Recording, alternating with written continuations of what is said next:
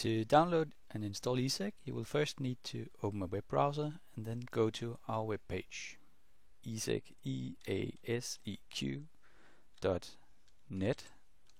That will take us to the web page, and on the front page there is a Get It Now link. If you click on that, then you have a link to that allows you to download the most recent version of ESEG.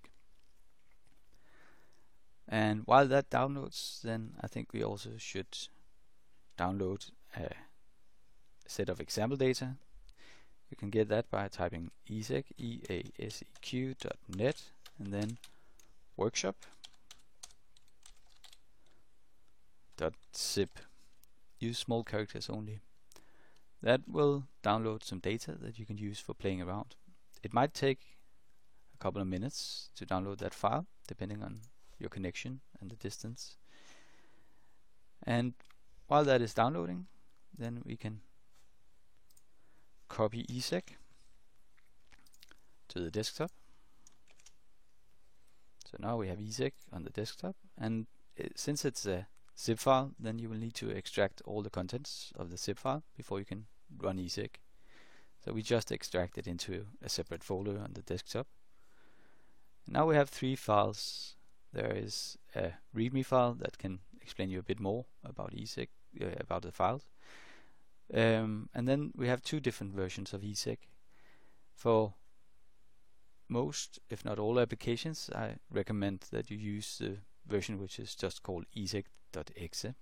That will require a 64-bit version of Windows, but they are very common.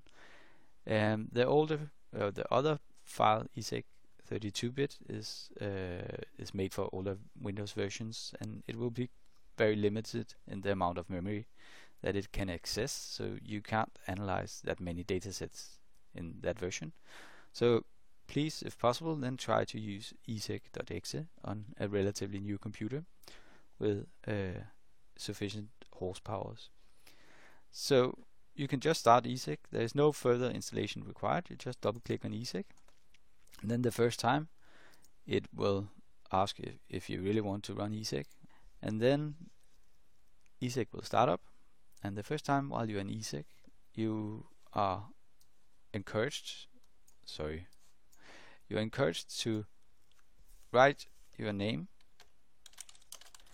and affiliations, so we have a little more information about who is using ESEG. That is hopefully becoming useful in a future grant application.